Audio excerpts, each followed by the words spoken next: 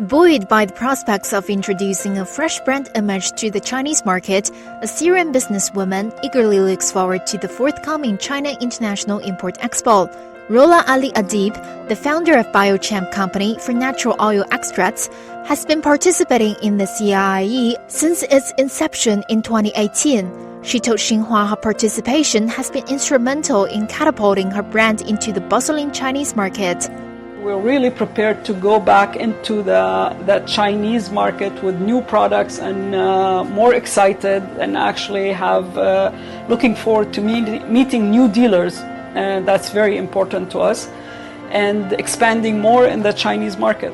It provided a huge opportunity for very small Syrian company to go to China.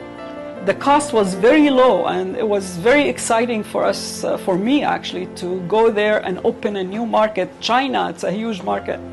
Adib believes that the expo not only helps foreign businesses adjust to the Chinese market, but also supports their expansion.